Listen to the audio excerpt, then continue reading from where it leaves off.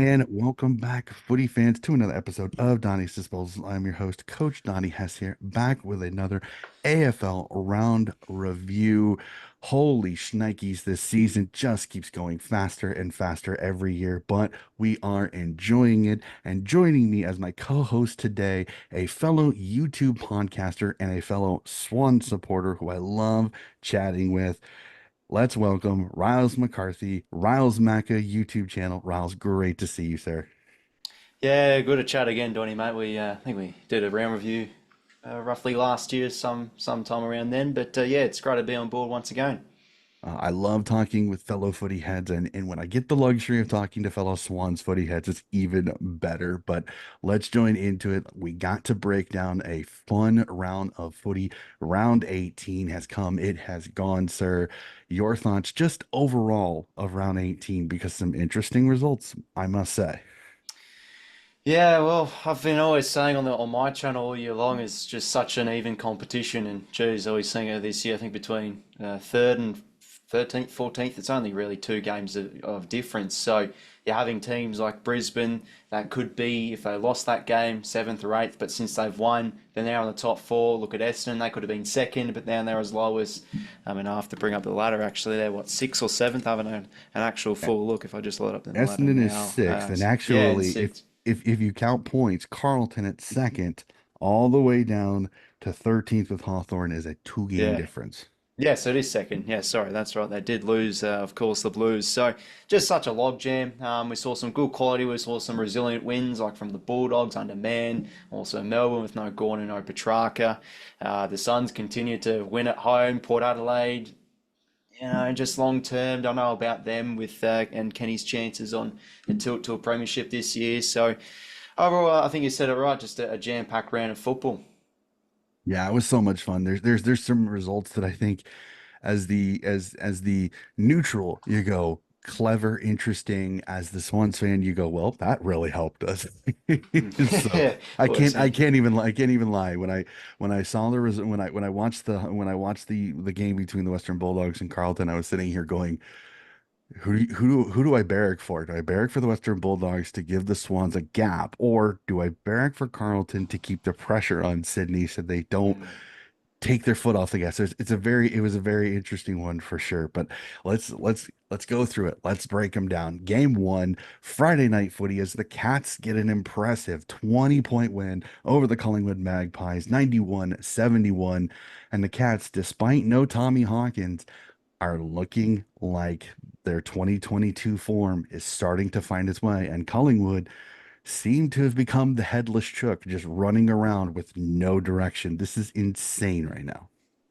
Yeah, it definitely is. Did this as a live watch along Friday night, and I backed in Collingwood just because I felt that sort of emotional bounce back needing from the Pies. They're a side when they get their energy up, they're very, they're at their best, they can beat anybody, but just aren't looking like it at the moment. Injuries and players out of form, and just no Nathan Murphy too. He was a key part in their defensive structure last year because he was very good in the air, very good as a lockdown. But now Quaynor and Moore are struggling without them, just start looking like that threatening side. And that's now 2 weeks in a row, the Pies, where they've been in positions where like, okay, they're going to come back, they're going to storm home in the fourth, but they've shown no firepower, they've shown no spark, they can't move it, and they've just been absolutely killed off the turnover. And yeah, credit to Geelong, they are now, well, what's that, 3 wins in a row, bringing back some of their form like the start of the year, they're moving it well.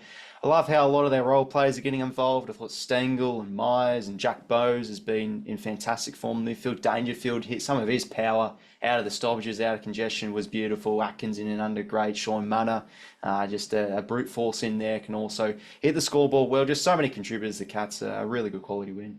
Yeah, Ollie Dempsey out in the wing too, and the Yeah, Humphreys definitely. kid that came in. Like this Cats team is another one that they just seem to find the right guys to fit their Yep. system, that just find a way. They may not be names. Again, Sean Manna, the overaged recruit that they got from Werribee, who was fantastic for Werribee in the VFL last year.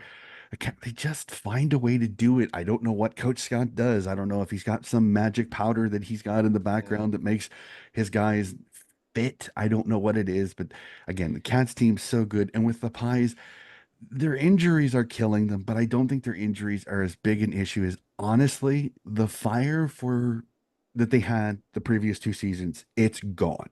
The Mm, aura of the never out of it pies, it's gone. I mm. don't like saying it because they were the exciting team of the competition that you always knew would give you something entertaining. I don't know what it is, but Craig McRae, he can't spin his magic anymore. It's gone. I don't know if they just need to lock it down this season, accept that they may not make finals, and get ready for next year, or continue to fight through. I don't know. This is a Pies team that's very frustrating because I like you. I tipped the Cats, but I said the Pies have a really good shot to win this game just because it's on the G. They play the G well. But Darcy Moore, I don't know what is wrong with him. It's like he's totally forgot how to be a good footballer. I don't know what it is. And it's very frustrating because he's too good to make some of the bonehead mistakes that he's making. And I think that's very frustrating for me as a watcher of footy. I like great players playing great, and there's just something not right about his form right now, and I don't know what to do to fix it, and I'm not sure Craig McRae does either. So let's jump down at the similar time as our beloved Swans down at Utah Stadium, and I must say this: when I did my tipping last round, my two co-hosts tipped Fremantle. I was the only one. I tipped Hawthorn. I like Hawthorn at home. Sicily, at the time, we weren't sure was going to come back. He decides to come back, and Sicily goes forward and kicks 3 goals. Mm. Holy shnikes. But the Knockers, again, kind of like several teams this season, like Port Adelaide, like the Western Bulldogs, like Gold Coast, Jekyll and Hyde, they go on the road, and for some weird reason, they just don't have it. Hawthorn get a big 13-point win and keep their finals hopes alive. Yeah, I mean, I think if you're a Freo supporter, you'd be definitely disappointed with dropping that game, but I wouldn't say too much shame in it, given that the Hawks are very good in Tassie. Like, their Mhm. record's sensational. I think the Crows beat them there by 3 points last year. We got the massive win over them in 2022 when we were down like 32 to nothing, and still, I was at that game live from memory. But yeah, this one, obviously I didn't watch it live, but watching back at it and hearing people's thoughts, seemed like a really defensive game. Mhm. Both teams' defenses very strong. I think Hawthorn's last few weeks with Scrimshaw. And yeah, Sicily coming back in looked not so great defensively, but him thrown forward was awesome. Kicked the 2 goals late. But yeah, just really back and forth, goal for goal affairs. But yeah, what I love about Hawthorn is I've been saying on the channel is similar to like when the Blues have been up and about. They've just got this somewhat nothing to lose sort of aura with them. That's not really similar to the Blues, but what I mean is just they're a side with very high morale. They love playing with each other. The blend of the experience and the youth is really shining through. And they're just such one of the most entertaining teams to watch. And I loved how their midfield competed from watching the highlights. Freo, one of the top stoppage sides in the comp. I thought Newcombe really stood up. Nick Watson as well on the forward line kicked them some goals late. I've loved him this year. Just the pressure he applies and his kicking and general play is awesome. And yeah, just a really good gutsy win for the Hawks, still in finals contention. Yeah, Nick Watson. The cojones on that young man is I will give it to him. He's unabashed, and I appreciate that. I know some don't like it, some don't. They think it's almost arrogance, but the kid's confident. The kid's confident in himself, and as long as he keeps that confidence up and continues to keep playing the footy that he's playing, it's going to be fun. I'm with you. It was one of the other reasons that I tipped Hawthorn was because of Launceston down in Tassie. Hawthorn play Tassie very, very well. So I knew down there it was something. I I agree with you. Nothing that the Dockers should be holding their heads low on, but it's 4 points they got away. They were there. They had a chance to win this one. It just slipped through their fingers. So we'll jump up to the SCG as Sydney get a bounce back after 2 consecutive losses, getting a big win by over North by 79, 138-59. And the talk of the SCG and the talk of Swans Nation was the return of both the skipper Cal Mills and tough as nails, tough as a cat's head, Luke Parker coming back. Sir, as the Swans man that you are, how good was it to see two veterans in Cal Mills and Luke Parker come back in both? Have pretty good games. Oh, I love to see it. Two just absolute legends of our football club, and there's been plenty of talk on Luke Parker. Has he actually been that good enough to warrant a spot back into the side? We've just had players in sensational form, had to run through the twos and get suspended, and looking like it's going to be another week in the VFL, and then a late decision. Sam Wicks decide for Sam Wicks to play in the VFL and Parker to come through, and yeah, after a performance like that, I don't think you can drop him. We were talking earlier before prior recording. I think you said 3 tackles in 90 seconds. He looked like he was playing angry and furious. He just wanted to be out there attacking contests. And yeah, it'll definitely give us some versatility now. Could possibly rotate with Adams in the midfield and the half forward. And Mills playing a bit more on the outside. And I think around the out about 65% time on ground. So probably some managed minutes there, but probably ramp up those time on ground minutes. Heading into the next few weeks, especially a big game against the Brisbane this week. But yeah, from a personal point of view, and I think a lot of Swans fans agree with this, just wanted a strong response. North Melbourne last 5 weeks, we're coming in this very good form, one of the Mhm. best defences in the competition form-wise. Comben, very good interceptor. LDU through their Sheezel. They've got some good young stars. But I think when you look at Sydney compared to North, a more developed side should be beating up on a highly developing side that's going to have some bad games, and if just the pressure was really good, be able to move the footy well. And I thought the stoppage game excellent. Every time there's a ball up, every time there's a centre bounce, Grundy, Rowbottom, so many of those names were getting it forward to centre, and yeah, so many contributors once again forward of the Mhm. ball. Tom Papley, what a player, right? Yeah, and on his birthday too, which was Yeah, even more impressive. And Logan McDonald not letting the struggles of the previous 2 weeks with late kicks going off and having one of his best games in blue and white, kicking 4 goals in this game. Logan McDonald, I agree. I watched one of the footy shows over the weekend, and they were saying that he's really stepped up these last few weeks, and how he started his first quarter. I think he had 9 disposals. He had at least 2 shots on yeah, goal. Like he came out like his hair was on fire, and it was great. It was great to see. He hasn't let two things that could really wreck your confidence take him down. And I think that's been great. Defensively was good. I know Nick Blakey was a little bit quiet, but when he needed to, he stepped up and made some impacts. Again, McCartan and Melican, the Mac brothers back in the mm, back were just as good down back. They were fantastic. But I'll get my plaudits to North. North looked good. Colby McKercher showed why he's one of the best guys through this draft. LDU was relatively quiet, which I think is a little bit of role bottom, a little bit. And Tristan Giri, Brendan, and Brody Grundy was so much fun to watch. Neither yeah, really dominated, but it was so mm, much fun to watch those two go at it because those are two very informed rucks in the competition right now. Grundy, I think, got the chocolates in the long run, with kicking a goal and kind of pushing Tristan Ziri a little bit by getting into space, becoming that fifth midfielder, which was a lot of fun to watch too. But no disrespect to Tristan Ziri. I think he's been fantastic this year for mm. North. I think Only he's 50 been games. exactly. He's Yeah. been the standout outside of the Sheezels, the LDUs, the youngsters that North has, and Charlie Comben, who's kind of come out of nowhere as their intercept defender. So this was a good game. I think both teams have some positives to take out of. Again, it sucks for North. You lose another game by a big margin, but you lose to a very good team. And I think you were in this game until probably mid third quarter when Sydney kind of finally went, okay, we're done playing around, and kind of put their proverbial foot down. So Yeah. fantastic game. Gives Sydney some confidence going into a big game this weekend against Brisbane. And I think North, I still think they're gonna nip somebody. They are going to take the chocolates from somebody as the season goes on, because that was still really good form wise for the Roos. There, we jump down to Marvel Stadium as the Western Bulldogs do the Swans a favor as they knock off the Carlton Blues 100-86, a 14-point win. But this is a Dougie's team, as I've said numerous times in this podcast. They're Jekyll and Hyde to almost an nth degree, because as soon as I think I've got them figured out, they pull something like this off. I know they've got the talent, but they just have been so bloody and consistent that I just don't know when I'm going to get a great performance like they did this, or a crap performance like they did the previous week against Port Adelaide.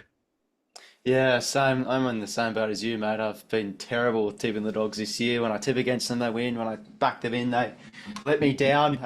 But we all know at their absolute best, their stoppage game can be very strong. And I think in a few of Carlton's losses this year, when you can collectively take away their midfield game, they are a beatable team. It was a bit Mhm. of crips or bust, especially in that second half, but just collectively as a midfield, thought the Dogs were able to really stand up. Bont wasn't absolutely amazing, but just a really good amount of contributors in there. Richards by foot was great, Libertorian and under really good, and they were able to move the footy, I thought, really well against a Carlton defence that has been struggling in that area a little bit. That defensive transition have been exposed in a few losses this year.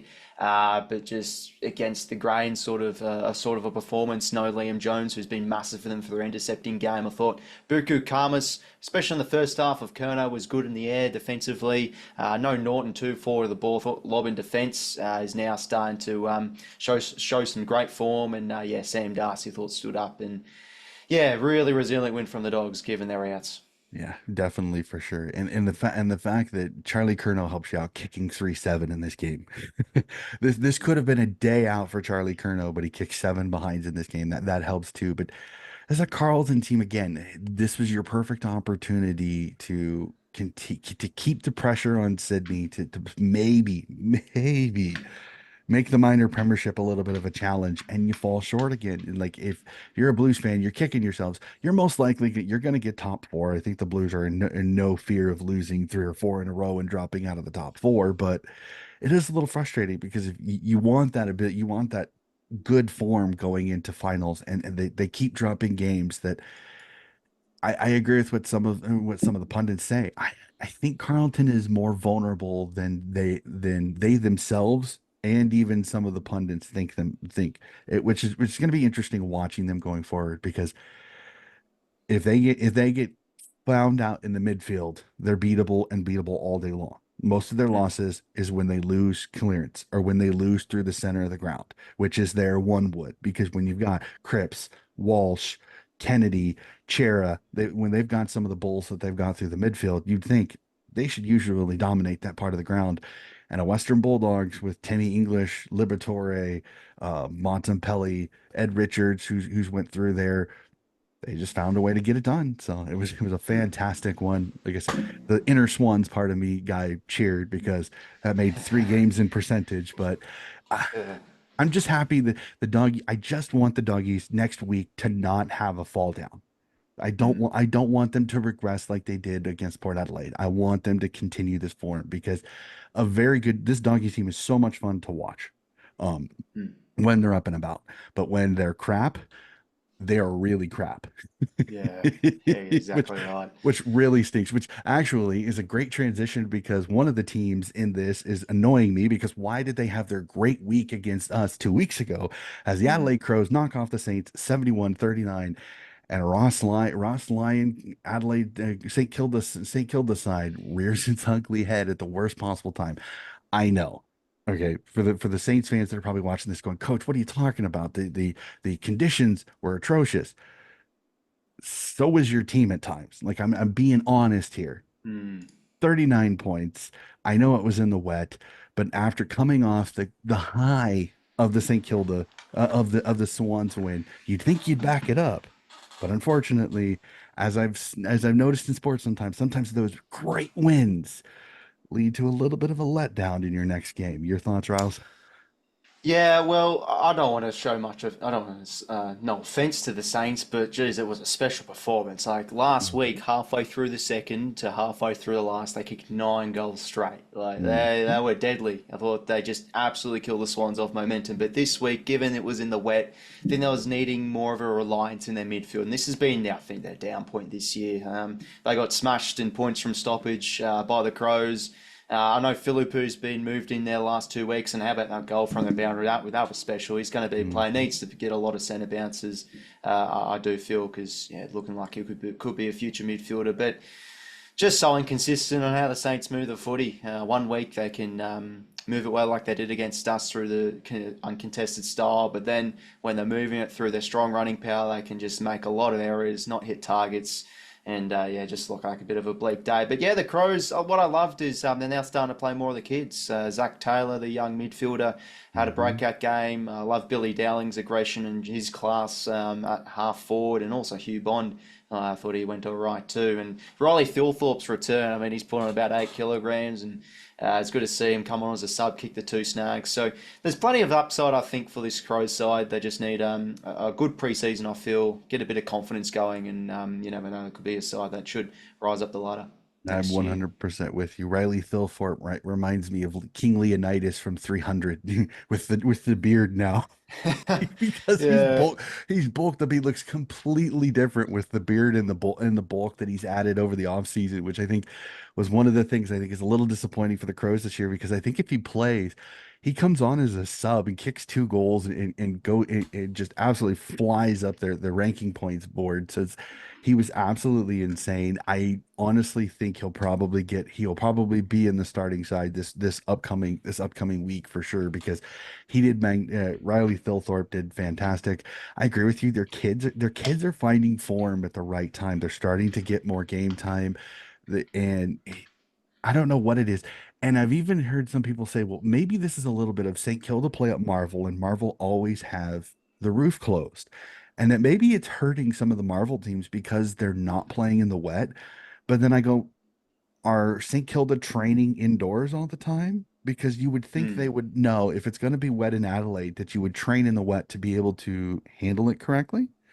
So I don't know. I don't want to jump to that conclusion, but it's definitely an option for me that maybe St. Kilda is being hurt a little bit by their home field advantage, having a roof and not playing in the elements as much as they probably could. So we jump to it at the MCG as the Melbourne Demons, despite no Gone, no Petrarca, get a huge 17-point win over the Essendon Bombers, 84-67.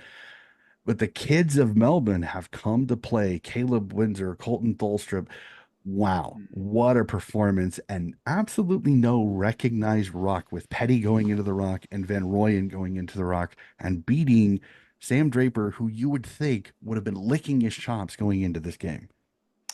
Yeah, always looking at Melbourne when you identify what are they going to be like without Oliver, without Petrarch, without Gorn. They don't have Truck or Gorn. Like, oh, geez, how are they going to go facing the Dons, who got a strong win last week against the Pies? And just defense and contest. That was my big noticing factors from their win. I thought Van Rooyen's just a really competitive player, and he was able to shark the ball out of a few headouts quite nicely against Draper. And just the midfield battle. This is where the D's really got on top, even without Petrarca and also Gorn. All of the second half thought was really good. He started off quiet, but was able to get really more involved in their transition and also in and under. And how about this guy, Trent Rivers? Last 2 weeks, probably best Mhm. on ground worthy. Love this guy's work rate. He's clean at ground level. He's very good in the stoppages and can get a lot of clearances too.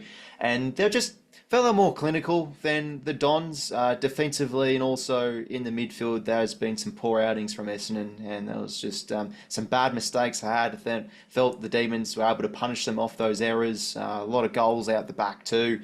Cosy Pickett was just everywhere. I felt with the score involvements. Neil Bullen doing the job on Zach Merritt. When you can take him out of the game, it's yeah, a really key factor. With not much of his ball movement, Fritsch thought he was pretty accurate, and yeah, loving the kids. This has been an issue, I think, heading into this year for Melbourne.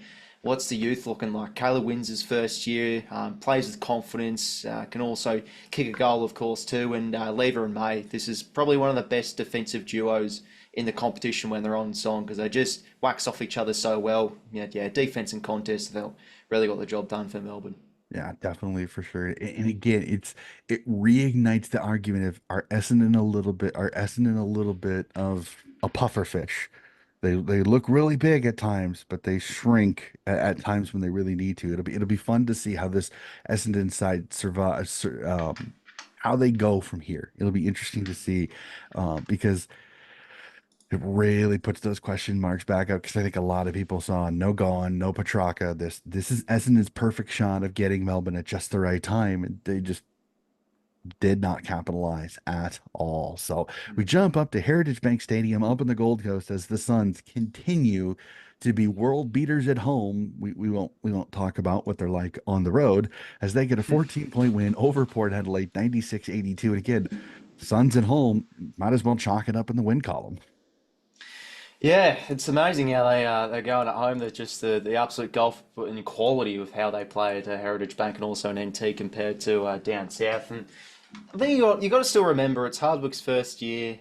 Gold Coast, one of the youngest fielded sides, I think this season. I think they were the youngest team of the round too, with no Wits, no Took. I was questioning how they go, but Ned Moyle is definitely the future of this Gold Coast side. Just he can cover the ground really well. He can take some important marks. He can win a few clearances too. Thought he was one of the best, to be fair. And Noah Anderson's leadership was great. His burst out of congestion, hitting targets. Flanders moving in the midfield. His kicking has been questionable, but yeah, I thought his ability to hit targets was really good too, and just exposed Port Adelaide when he can really get that turnover game going and that fast movement, slingshot style puts Port Adelaide under heavy duress. I know Butters and Rosie fought on all right; they got plenty of it, but just four of the ball, Port Adelaide continue to have issues. Charlie Dixon was able to kick a couple, but just athletic wise, it's just been a letdown for him and not much presentation up in the air. And just the one-on-one issues defensively again are killing Port Adelaide. So yeah, I just think at either ends of the ground, there's just so much inconsistencies, and you just ask questions on are they a threat for the flag, and especially with this death riding from a lot of supporters with Ken Inkley's future, it's just the good and bad of Port Adelaide. There's just a massive difference between it. Port Adelaide at their best are very good. Port Adelaide at their worst are kind of not. Yeah. It's very frustrating. And then to add matters to that, their forwards not any better as Marshall hurts his hamstring. Marshall gets hurt in Yeah, almost a carnage. friendly fire situation with Dixon there, which doesn't help. They fought the injury bug a little bit. So I don't know. This is a Port Adelaide team. I don't know what their issue is. They have these games that they just don't show up, or they're not their best. I don't know what it is, whether it's something in the game plan, or just in between the ears of the players. I don't know what it is, but this was a winnable game. The Suns weren't world beaters in this particular game. I think they were there for the taking, and Port Adelaide just did not capitalize on it again. Suns, bravo to them again. I agree with you. Demo Hardwick first year. There's going to be some growing pains. I Whether these growing pains are as stark as they are with road and home difference, I'm not 100% sure. Again, Mm. Suns get the win. It's good to see them play well without Tuke Miller and without Jared Witz, because then it showed that the kids have to step up. And Noah Anderson again is probably one of the least talked about superstars in the competition, just because he's up on the Gold Coast. Nobody cares about the Gold Coast in Melbourne, if we're being honest. So I, Yeah. I got to give Noah Anderson his plaudits. I mean, he's been magnificent for the Gold Coast this year. He's been very consistent for the most part. Mm. So, which is kind of which I mean, Tuke Miller was that guy for years now, and I think Noah Anderson has kind of taken over that mantle as the really good player for Gold Coast that people seem to forget about. So, Yeah, definitely. big win by the Suns there. Big win by the Suns there again. Port Adelaide a little disappointing personally, but the carnage on their team and for might have helped that one a little bit. We jump back to the MCG as Richmond put a little bit of a scare into the GWS Giants, but the Giants get the win 108-84. Again, the crosstown rivals of the Sydney Swans playing well. I think they're starting to find form. Kingsley's men, have they found the tsunami? I'm still not 100% on that particular train, but Giants get a nice win. Richmond competitive though. I'm glad this didn't get ugly. They were in it. They were in it for most of this game. The interesting thing will be is how Richmond comes off of the season, because most of the talk is how many players are going to go and what is going to be the return for the Richmond Tigers. Yeah, definitely competitive from the Tigers. Agree with you on that. I've been saying on the channel, my channel, all year long. They'll be a thorn in good team sides, I think. And I thought throughout the stage of the game, they got a lot of good ground position. They were able to win a lot of midfield battles, and I think they won the inside 50s by quite a margin, around 15 or something. So That is, though, the downside of the Tigers. The efficiency inside 50 can hurt them throughout games, but just thought GWS were clinical. Toby Green, Jesse Hogan for the ball.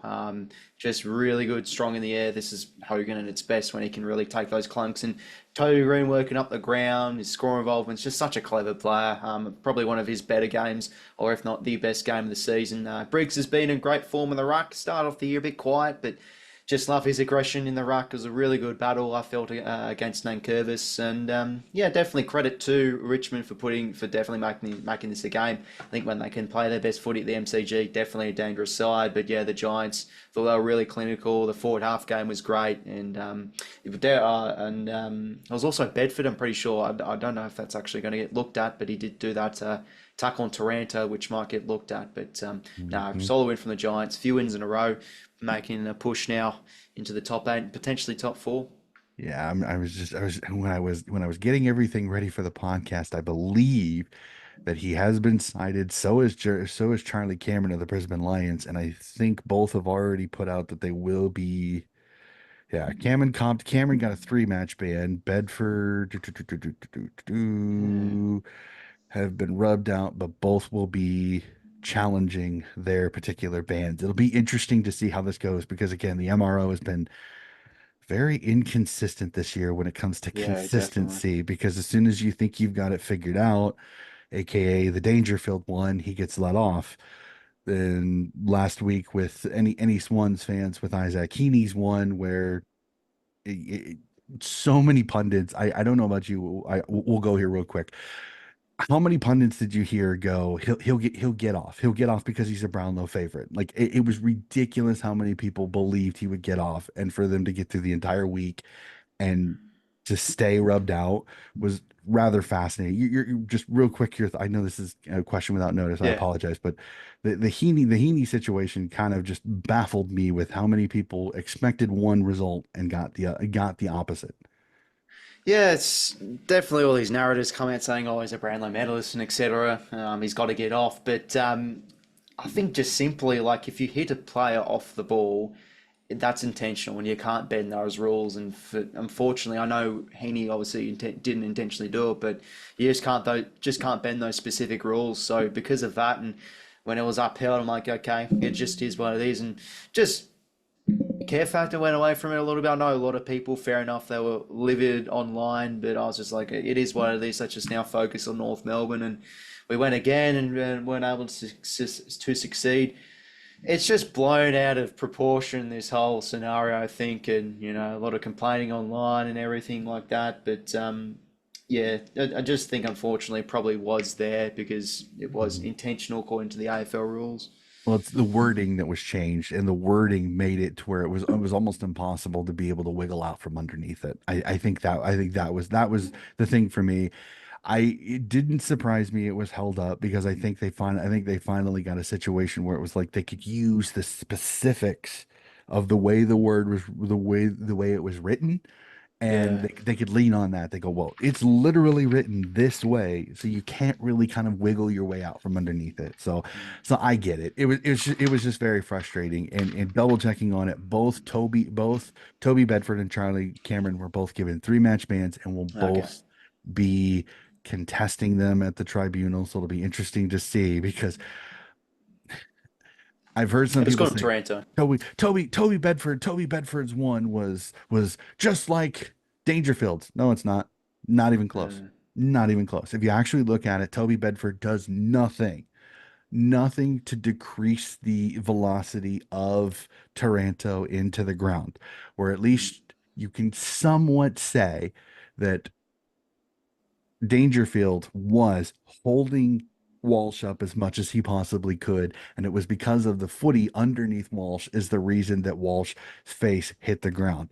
Charlie Cameron's, I think it's the ferocity of how he drives him into the ground. I think is going to be the thing that's going to be hard to argue because he doesn't have to drive him backwards. He can kind of spin him sideways. Again, I know this is Coach Donnie sitting on his ass and on the couch trying to tell a footy player what to do. But I've seen plays like this. Either don't take him to ground, which has is starting to become the norm now, guys just tackling him and holding him up, or somewhat try to do a spin and maybe land on your ass and roll him over you. So then at least you still have possession of the tackle, but you're not driving him with no protection backwards onto the back of his head. So again, we'll have to see how that one goes. But I think both are a little bit of strife. I will be watching both of those very both intriguing because interesting to see what the MRO says. I'll be fascinated on that one. So, and we jump out west when the most awkward situation ever, as Simo gets to do the coin toss after being fired by the West Coast Eagles, and then to add to the pain of the West Coast Eagles, the Brisbane Lions knock them off in Optus Stadium by 13, 106-93. I mean, I don't know about you, but Simo, you have a lot more patience than I would because I would have told the West Coast Eagles to go get stuffed. I wouldn't have done the coin toss. I wouldn't have been anywhere near there because you got fired because your list management people are morons and decided that they were still in flag contention when they were clearly past their prime. Yeah, that's a fair enough point. Look, I think he still probably loves the club, and well, fair enough. He did reject Don Pike's offer of do you want to coach one more game? I thought that was a bit odd, to be fair. And the fact that he pulls it off and the fact that he asked him in the press conference was even more awkward. I love Don Pike. I think Don Pike is trying his best to do what he can for that club, but that was the most awkward thing ever. Yeah, no, most definitely. But anyways, to the game, just a professional win from a professional side, I think, with Brisbane. These are always tough games. The post coach sacking, we've seen a lot of wins from new coaches that do come in. So yeah, for Brisbane to come out and head out west, where they don't play the absolute greatest brand of footy. I feel like out west sometimes they've gotten a lot of Mhm. close wins. I've dropped a few games. I got belted by Freo start of the year. So yeah, no, it was a good quality win from them. Thought Lockie Neal and Rayner and McInerney's aggression in the ruck was key to their win. West Coast were able to come late through the midfield battles quite nicely. Tim Kelly went head to head, pretty sure with Neal quite well, and Yo off the back of a pretty good game I felt as well. And yeah, just I think Brisbane now, I'd say probably one of the more informed teams in the competition, must be said. Just love their battles in the midfield, able to move it really well. Feel like the cohesion's starting to build. Split Brisbane at the best are great. I think the last 5 weeks have been one of the best sides off turnovers. So yeah, it was a bit of a scrappy game. Eagles just never let down, I felt, but Brisbane were able to keep them at arm's length for the most part. Yeah, six in a row for the Brisbane Lions. They are the informed team in the competition for sure. And I'm 100% with you on this. Brisbane, they just professional. Lockie Neal again, another magnificent performance from the midfielder, finding ways to impact the scoreboard. The fact that he's playing better than he did last year and he won a Brownlow last year is kind of scary to think. So Yeah. it'll be really interesting to see how this Brisbane Lions continue go because of their struggles early in the season, but they're starting to show why many people they were a premiership fancy for a lot of people going into this season. So it'll be fun. This is going to be another good round of footy. It's fantastic. Cannot wait for this one at the Gabba between Sydney and Brisbane this week. It's going to be magnificent. So that is all 9 games tipped for gone through for this round. Let's go to the burning questions and some interesting ones here. I cannot wait for this, Riles. Your thoughts on this? Besides the bottom five, everybody's kind of on the ladder. Besides the bottom five, is there a team that you're looking at on the ladder that you could go, let's put a line through? Their season is done. Well, yeah, it was a good question. We're having a look here. So, apart from the bottom five, so Hawthorn, Collingwood, Gold Coast Bulldogs, Port Adelaide, probably process of elimination. I think Port Dogs can still definitely make a charge. Yes, Port at their worst look terrible, but I feel like the Ken factor is a big one because as bad as they play, they come out next week and they belt a side like the Bulldogs by 50 points. So I still feel at Hmm. home. They'll probably find a way. Like they're only out of the 8 by percentage at the moment. The Dogs, definitely I can see them make it. Gold Coast, I mean, how many games they have left at home this year? I still feel like at their best they definitely could. So yeah, then you've got Hawthorn and Collingwood. Hawthorn, they're spirited. They're storming home and could definitely sneak through. Still though, probably a little bit undersized in defence, and they've still got some young players in there. So maybe with a few big games to finish off the season, they might drop one or two that could see them out. I think the glaring one would just have to be Collingwood. And I've been big on the Pies. I've been very bullish, but just the injuries I had, like we said earlier, and Craig McRae looks definitely a bit more frustrated in press conferences after that Gold Coast loss. He's like, "I've had enough of this. We're sick of having to come back all the time. They've just been outplayed, and the midfield for the most part feels like it's just Dacos or busts." I think his last few weeks he's gone a lot of it, but not really been able to show much impact for the ball. So you guess you'd say Collingwood because I think a lot of Pies fans would say it's season over from how they've played the last 3 weeks. The energy levels are low. They can't find that spark to kick a few in a row. That's been their DNA and a lot of close wins the past few years. So possibly the Pies, and they've got a pretty tricky run home as well. Yep, I'm 100% with you on this one. I'm kind of on the train that I've seen a few pundits take is that the loser, unless this is a draw, the loser of this Hawthorn Collingwood game is done. Mm, It's over. Their season is over.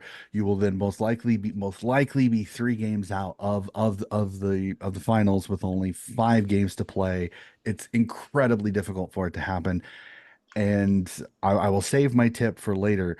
But I'm with you. The Pies have lost three in a row. They're losing soldiers like Mychek to injury that they just can't afford to lose. I know McStay. I keep hearing McStay, McStay, McStay. McStay is not going to fix everything that they want. You have mm, Ash Johnson there, which for some weird reason I think Craig McRae has just literally thrown his hands up and just said bugger it. I just don't give a crap anymore about Ash Johnson. Which, if you look at him last year and some of the things that he could do at times, is kind of disappointing that this young talented forward just cannot find form to get himself into the senior side, especially with all of the injuries that they have. So just off of form, I would yeah. put a line through Collingwood. I really think this last week they needed a win over Geelong to give them some confidence, to get them on the road to make finals, and they dropped the ball. Let's be plain and simple. It's not for lack of trying. It's not like Collingwood has given up, but the fire that they've had the previous 2 seasons, it's just not there. I don't see it. I don't see the just pure unadulterated attack on the footy like you saw in Yeah. previous years. They just kind of accept things. As we said earlier, Darcy Moore just I don't know what is wrong with him. Like I watched some vision that they did on the Sunday Footy Show, and literally he just keeps making mistakes in his decision. He goes into no man's land, so he can't either impact the footy nor get back to defend his man that he's moved up on. He gives leg ropes where he probably shouldn't. It's just they're completely out of several of their defenders are out of form. Their forwards are non-existent or on the injury list. You're leaning on Dan McStay and Mason Cox to come back and fix the problem, which I think is fool's gold on an unnatural level. I would put my line through the Pies. I think the Hawks are really, really red hot favorites. I think they're my favorite when it comes to tipping this week because they're playing good footy. They've won 4 of their last 5. They're starting to figure it out. Sicily has gone forward. The Hawks momentum is going the right way and Collingwood's is going the wrong way. So if I had to put it, I'd put a line through Collingwood right now. But again, it's the Pies. I'm not gonna I just can't 100% put my line through them just yet. So, Mm, yeah. all right. No. And to add to the congestion, as we just talked about, considering every team except Port Adelaide that we just talked about are all on 36 points. The ladder from 2 through 13 is still in limbo because of how tight this thing is. I mean, a frog's behind is a little looser than this ladder right now. Mm, Is this the most yeah. intriguing season you have ever seen? Probably be up there, to be honest. Don't think it's been close. I think Sir Swamp Thing, do you know him on Twitter, the stats Yep. man? He's Yeah. awesome. He's So awesome. yeah, I think a few weeks ago he said this is.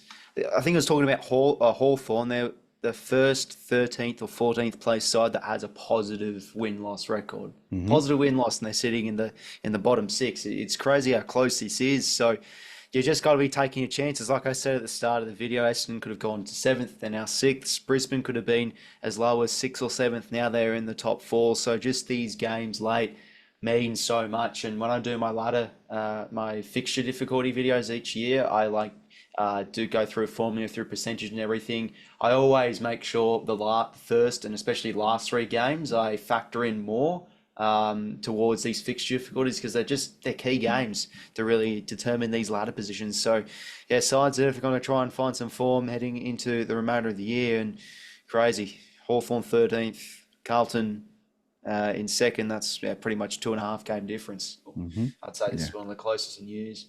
absolutely insane. And it's only going to get better. And the best part is that with so many 8 point games in here, I don't think we're gonna get too many. Like I agree that I think the Hawthorn Collingwood game is an eliminator. Will the Gold Coast Suns get a win on the road? If they get a win on the road, that keeps them in the running. I don't think we can set the ladder yet, but it's going to be interesting, and it's really going to be interesting. And even the eight in and of itself, I think it's going to fluctuate. It's going to snakes and ladder so much going in these last 6 rounds. It's going to be absolutely insane. Cannot wait. So, and then because I know you're a Swannies man, and I always like to, for my last question, ask a question about it. And we kind of talked about it a little bit, but I want to have some more fun talking about it a little bit more as a Swans fan. How good were the returns of Cal Mills and Luke Parker to the senior side? Because I don't know about you, it got me up and about seeing Luke Parker start off as well as he did, and Cal Mills knowing not the huge game, but he's working his way into it, and the Rolls Royce that is Cal Mills. It's gonna be so much fun to watch him progress with this side this year.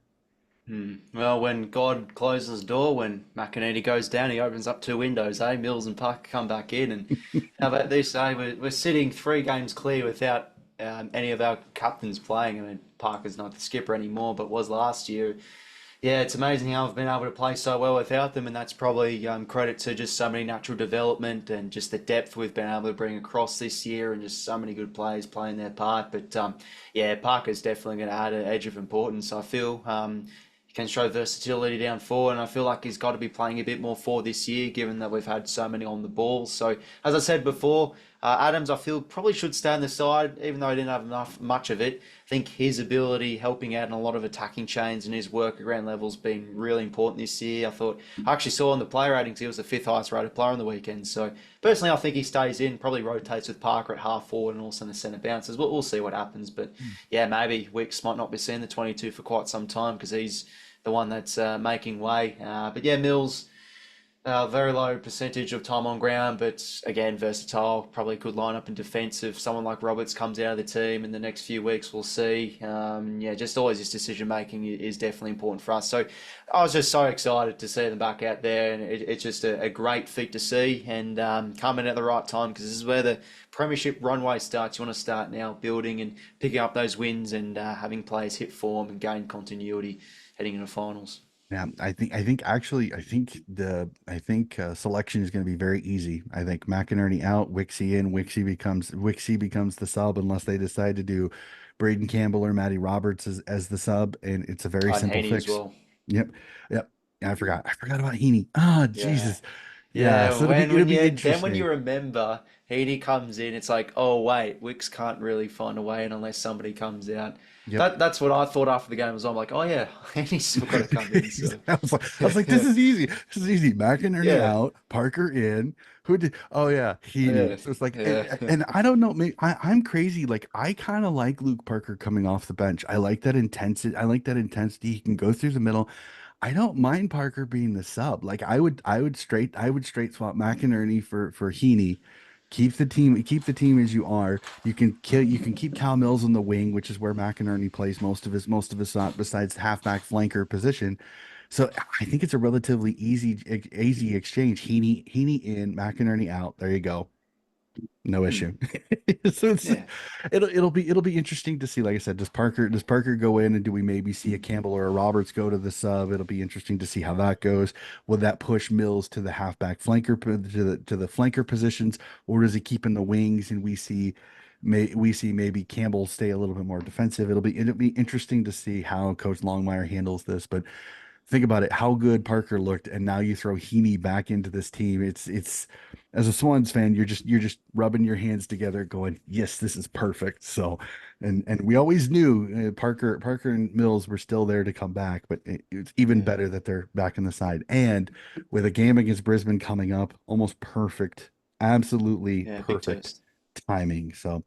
Alrighty, sir. We'll get to the part of the podcast where I take over just the littlest bit. Let's go to the team of the week. This will be fun because the forwards will be fun for the people that are paying attention really close. Listen to the forward line because it's interesting the way this week turned out. So we start in the defensive. We start on the defensive side.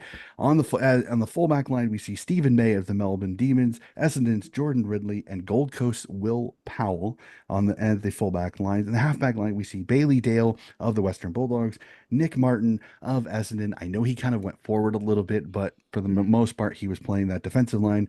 And then Sam Flanders as well, start off the halfback line. Did go a little bit more midfield, but he's technically considered a halfback, so I tucked him in there. On the wings, we see Lockie Scholl of the Adelaide Crows and Essendon's Xavier Dersma out on the wings. In the center, we see the Chad Warner, Sydney Swans, Carlton's Patrick Cripps, and Brisbane's Lockie Neal. In the ruck, gotta give him his plaudits, Brody Grundy with an impressive win in the centers for the Swans. On the forward line, Western Bulldogs, Jamara Ugle-Hagan, GWS's Toby Green, and Sydney, the birthday boy, Tommy Papley. And the full forward line, GWS's Jesse Hogan, Sydney's Logan McDonald, and the Western Bulldogs, Riley West. For those that are paying attention, yes, all six of my spots went to the Western Bulldogs, GWS Giants, and Sydney Swans. mm. it just Very it made deserving. it made me well. Papley and Logan both kick four. West and Jamara Ugle-Hagan both kick four, and Toby Green and Jesse Hogan all kicked four. Like it was the craziest thing that both teams Yeah. had two 4 goal kickers. I thought it was kind of Oh, they're all great. I know it was kind of funny. And then on the bench, defender Richmond's Dan Rioli, Ruck is Fremantle's Luke Jackson. Midfielder is St. Kilda's Mason Wood, and forward Charlie Curnow. I know he kicked 3-7. I almost put Harry Mackay there, but I'm going to put Curnow in there because he did get 10 shots on goal. Would wish him to kick a little bit straighter, but hey, we'll throw Charlie Curnow in Mm. there. So, really quickly, your thoughts on the team of the week? Yeah, pretty can't follow with many of them, and yeah, the forward line it's definitely justified. All of them kick 4 goals, all were key players. Maybe somebody like I still loved Ned Moore's game, and I thought Lloyd Meek looked very good in the headouts. So maybe you possibly could replace him with Luke Jackson, and a player that I said in my mid-season All Australia, I had my mid-season All Australian side, and watching him again on the weekend, I feel he's surely got to be in here. Sam Collins, it's just so good on one-on-one. He's having an unreal year. I thought he was played an excellent game against Port, and I think Jacob Waring as well was tracking for the marks Hmm. intercept marks Yep, record. So he was there. if Yep, the Blues would have won, maybe could have put in Wiedering. But yeah, I think yep. Collins is one that's going to gain a lot of recognition from a personal point of view. Yeah, no, completely. I'm completely with you. I think he's been doing fantastic. I know May and Ridley. It was kind of paying between the two fullback lines, and I think both did pretty well in that one. And Will Powell kicked a goal, which Yeah, most people that know me great. know I put a little Mm. bit more emphasis on that. But I think both May and Ridley were. But I agree with you. I think Wiedering was right there. I think as I was doing my elimination, he was like one of the last people that I put a line through when it comes to it. So Mm. 100% with you. I like both of them. We'll jump to the power rankings. The what have you done for me lately power rankings. The last 5 games, which this season has just been an absolute nightmare because as soon as I get somebody that's won 3 or 4 games in a row, they decide to lose a game and it throws me off. So here we go. At 5, the Western Bulldogs. At 4, the Hawthorn Hawks. Number 3, the Melbourne Demons. At 2, the Geelong Cats. And at 1, the Brisbane Lions. Sydney is right there. Unfortunately, they're 2 losses in a row. Kind of takes them down a little bit, but they are right there. If I had a 6th through 10th, Sydney would probably be 6th on that one. So power rankings, my homage to the fourth and long part of the podcast there. So let's go to it, sir. I know we are very early in the week. There's still, again, bands that need to be gone through all of the rigmarole that is that. But let's tip round 19 here. A very, very interesting round of footy. We start off the rematch of the controversy at Adelaide Oval as the Essendon Bombers take on the Adelaide Crows at Marvel Stadium. A fantastic Friday night footy. Dons, Crows, who do you like? Yeah, I'll also do my weekly team videos. So no, I'll still probably give my early tips here.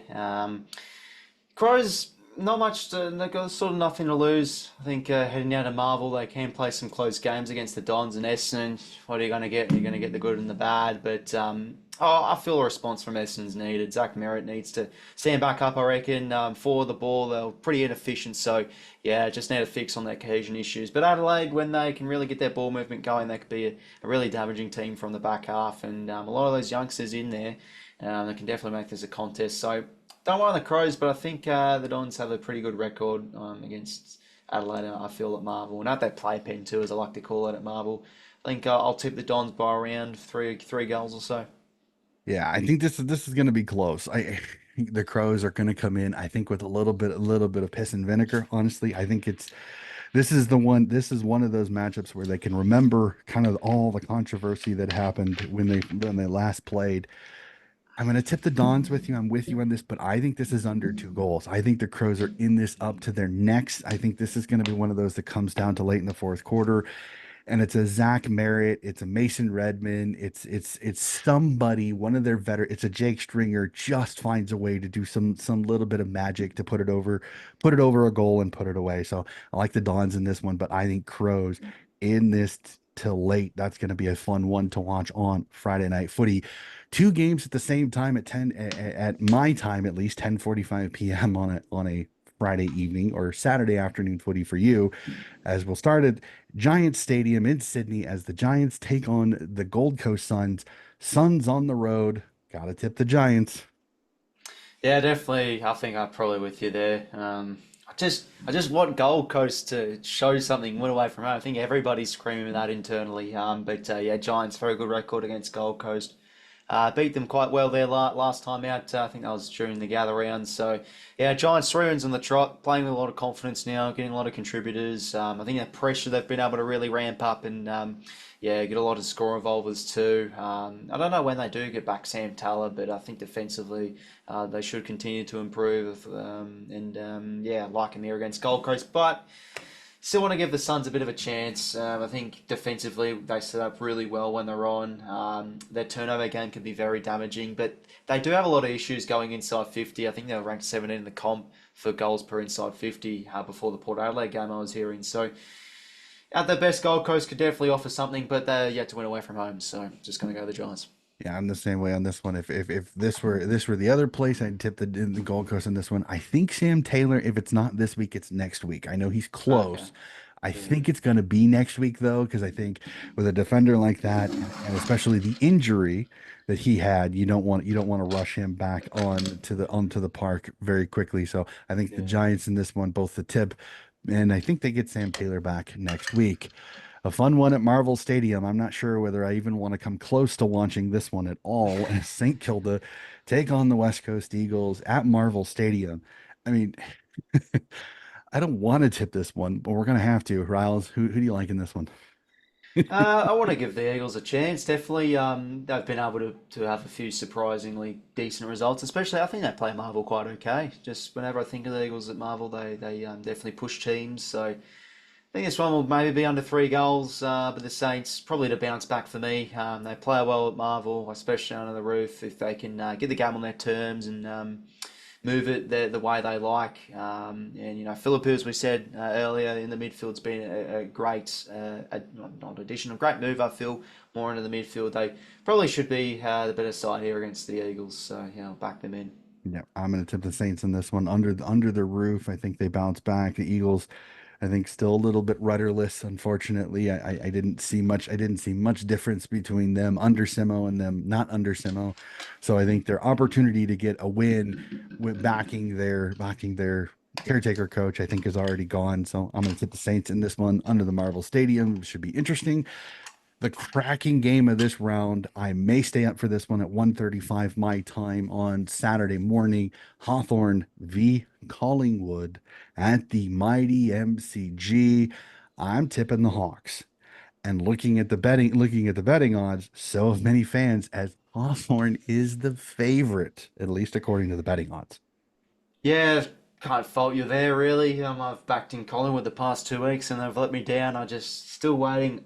They've surely got to have that bounce back game, but that loss against like last week, I just think that could be the nail in the coffin. So still probably do anticipate a bit of a bounce back, but I just think Hawthorn, especially the MCG, they're playing well in these big games, they're playing well in these big moments. They have the finals brand. I think their midfield ground level game, yeah, it was a bit of a down patch against the Catters at the Cattery the other week ago, but yeah, they're coming into this one in the box seat, I think, and they're looking at this one against the Hawks, where they've had against the Pies. Sorry, they've had a lot of close games too, so I think they'll yeah, going to be a revenge here. Hawthorn liking them more, the Pies, and they're just looking vulnerable, Collingwood. So, yeah, the Hawks by probably around 15 or so points. Well, and the fact you have Finn McGuinness, who's one of the few people that's been able to hold Nick Dacos pretty quiet, still kind of sitting in the wings. It'll be fun. It'd be interesting to see how that goes.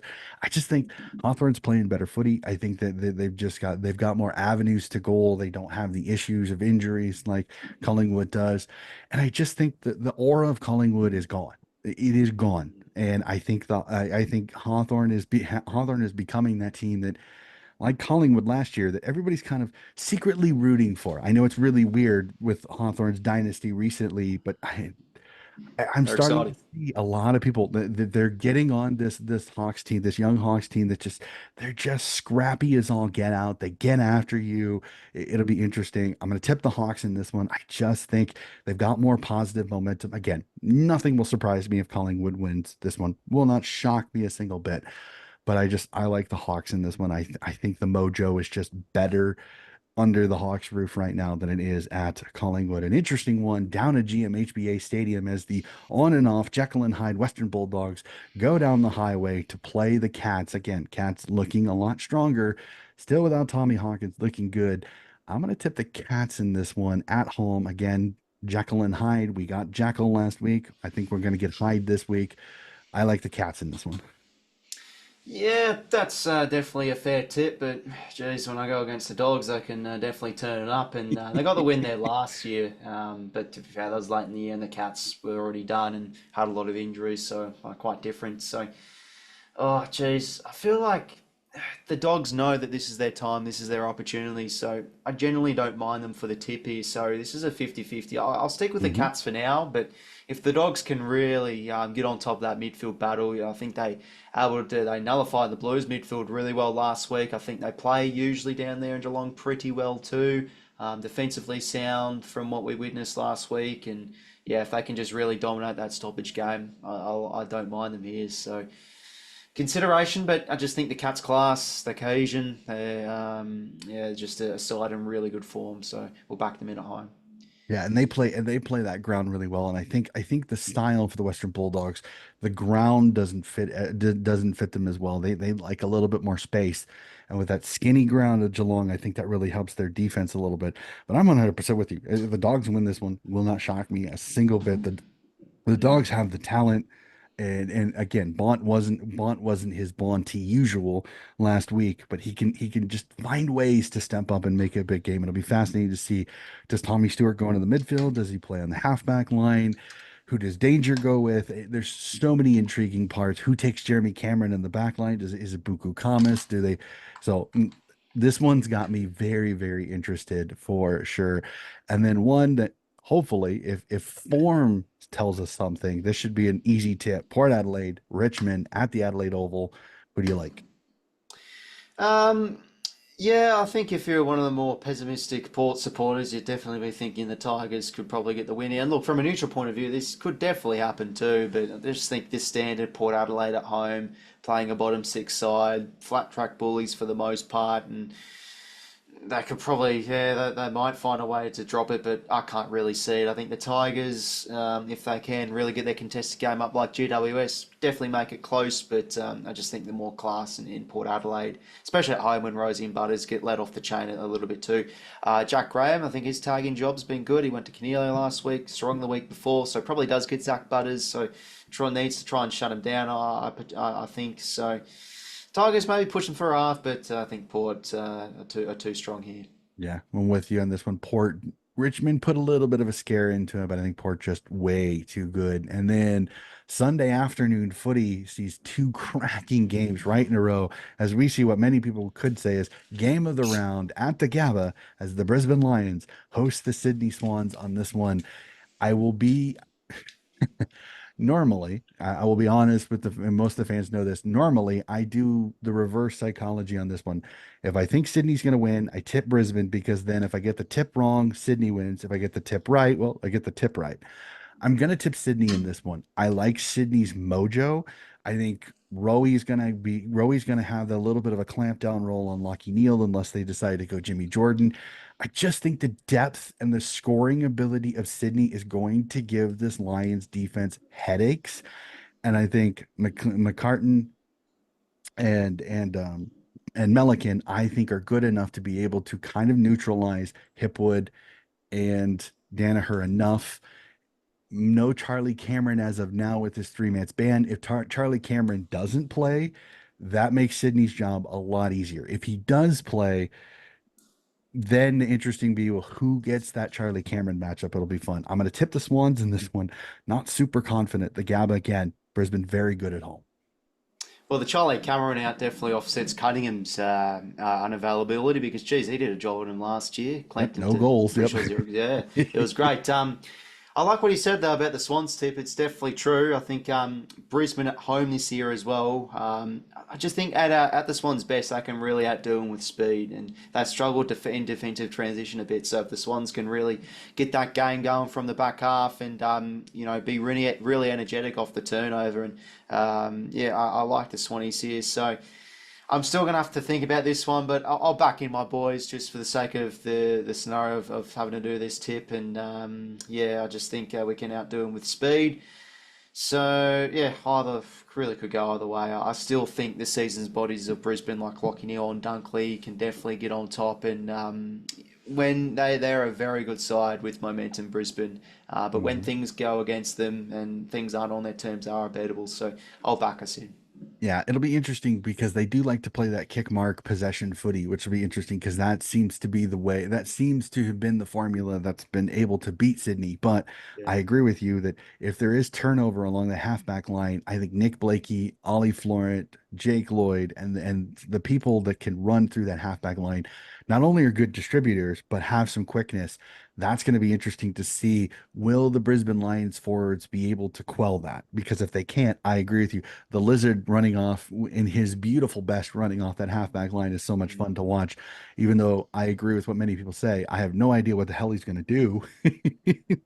And sometimes I wonder if the forwards actually do as well. It'll be fun. I think this is just there's so many mouth-watering matchups. Oscar McInerney versus Brody Grundy in the ruck, Lockie Neal, roll bottom, Warner, Dunkley, McCluggage, Heaney, Parker, Ashcroft. I mean, holy shnikes, there's just star after star after star in this one. Harris Andrews down back for the Brisbane Lions against either McDonald, McLean, or Armadi. Um, It'll be interesting. Does Starcevich play? Does he play on Papley? And then defensively, who gets who? Does McLean take does McCartan take Danaher? Does he take Hipwood? There's a lot of fun Yeah. matchups. Will Hayward will be interesting to see how he get the Harris Andrews matchup to negate him. I'm my brain is going to explode because there's so many Yeah, it's a lot. so much fun to watch. That game is going to be absolutely magnificent on that one.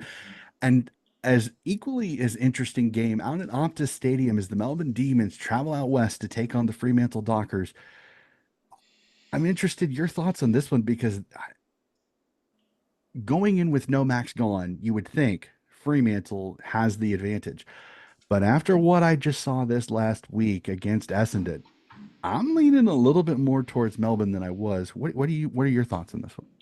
Yeah, I agree with you with that. Like, witnessing on Saturday night against Essendon, if they can really have that defense and contest style against Fremantle, could definitely give them the chocolates here. But just feel it at home, Fremantle can really get their ball movement going, especially the big ground, when they can get the overlapping hand passing going. And I think the Demons have struggled defending, fast transition throughout their losses this year. I think, yeah, the Dockers here.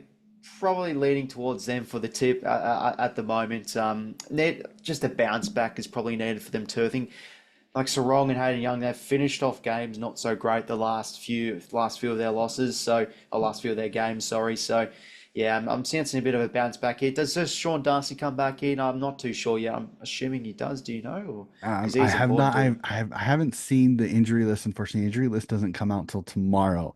I know he Yeah. was close this week, and I bet they probably gave him an extra week. So my first assumption is yes, Darcy should be back in. But then again, though, I just as soon as I think I figured out how Longmuir is going to do his how he's going to do his in and outs, he does something a little bit different. So my Mm. assumption is Darcy's back in, which I think then lets Jackson off the leash a little bit against the Melbourne team that already has a couple of headaches and a miss and Tracy to deal with. And if you throw Jackson up forward, it makes it even more interesting how they would handle three talls. So, but my assumption is yes, Darcy should be back in. Okay. Yeah, I feel they really need him because he's big to their structure and can get a lot of good hit outs and win plenty of clearances too. So yeah, I think Melbourne can really control that midfield battle like I'm here, but still probably questions on them in the bigger picture. And I just think Fremantle at home, they can play some, especially some good exciting footy at Optus. So we'll back them in. Yeah, it'll be very, very interesting for sure. I'm going to tip Fremantle in this one, but again, Melbourne is in it for sure. That'll be fun. And what I think is a much more intriguing game than some people I think are going to give this credit for, Carlton v North Melbourne, Marvel Stadium.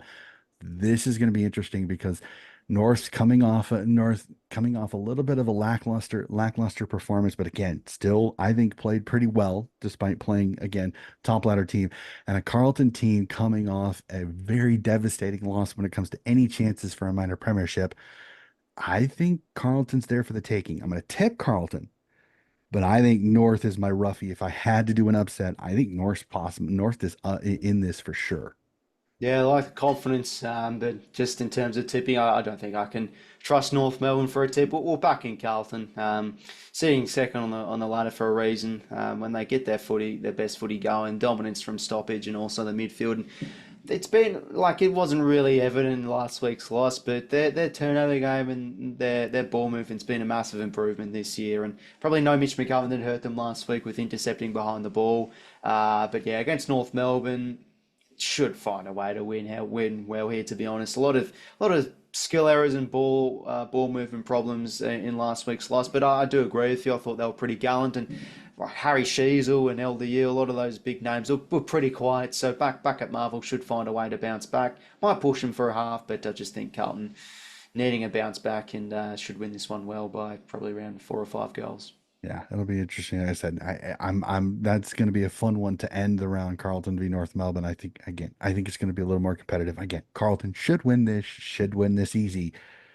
But again, Carlton has been less than convincing. And when they get beat through the center, when they get beat through center clearance, which Tristan Ziri has been very good, and you've got LDU and you've got some of their midfielders that they have, like Chai Simpkin. Wardlaw in other games going to be Yep. handy because he's pretty rusty to be honest. Yeah, Bit you can kind fumbly, of tell. so Yep. yeah, another game I think he'll be Yeah, good. he had that one out on the full where he went to his right and it just slipped off the side of his boot. I Yeah. think as he gets a little more time under his belt, he'll be fine. But it's a recipe for Norse to win this game. If they can get center clearance, they've got a little bit of a stronger. It'll be fun. It'll be fascinating. That'll be a fun one to watch to end the round. So that's it. 9 games tipped, 9 games down again. I know it's very early in the week. I understand that. Sometimes that's the fun of recording so early is teams are way far from being sent. The injury report isn't out. We've still got bans to wait on when it comes to the tribunal, but you got to do the tip for the podcast. So, Riles, as usual, it is magnificent to sit and talk with you. You do wonderful work over on your channel. So, if you want, just plug your channel, how you get a hold of it, and kind of what you do on your channel for footy. Yeah, so I just run a pretty straightforward YouTube channel. I like to do footy tipping like we just did earlier before. A lot of live watch alongs, live calling games and commentating, and yeah, just a splice of talking footy videos here and there. Current issues and that's going on with the game, and also power rankings, and yeah, just love always making videos here and there, and yeah, like doing some analytical and all on footy sort of video essays stuff in the off season too. Yeah, so which is great. I love his stuff. I one of these times I'm going to sit down and try to hop on for one of your live views, but trying to watch the Swans game and your live watch of it sometimes Fair is enough. difficult Yeah, for the double screen. But it's not for I everyone. I know, and I also what I should do is try to catch it one time, like an afternoon game that the Swans aren't playing that you're watching one time, just to sit down and see, because of your stuff the stuff that I watch is magnificent. It's always great, and I love chatting with fellow YouTube podcasters because I think working together always is beneficial for everybody in the long run because there's way too much competition. Nah, I think working together, I think is the long run is better for everybody in the long run. So that is going to do it for our podcast today. Again, thank you so much for listening. If you like what you hear, please like and subscribe. Love meeting new subscribers and chatting with you people again. As per usual, thank you so much for listening, and we will be back with more footy coverage very, very soon.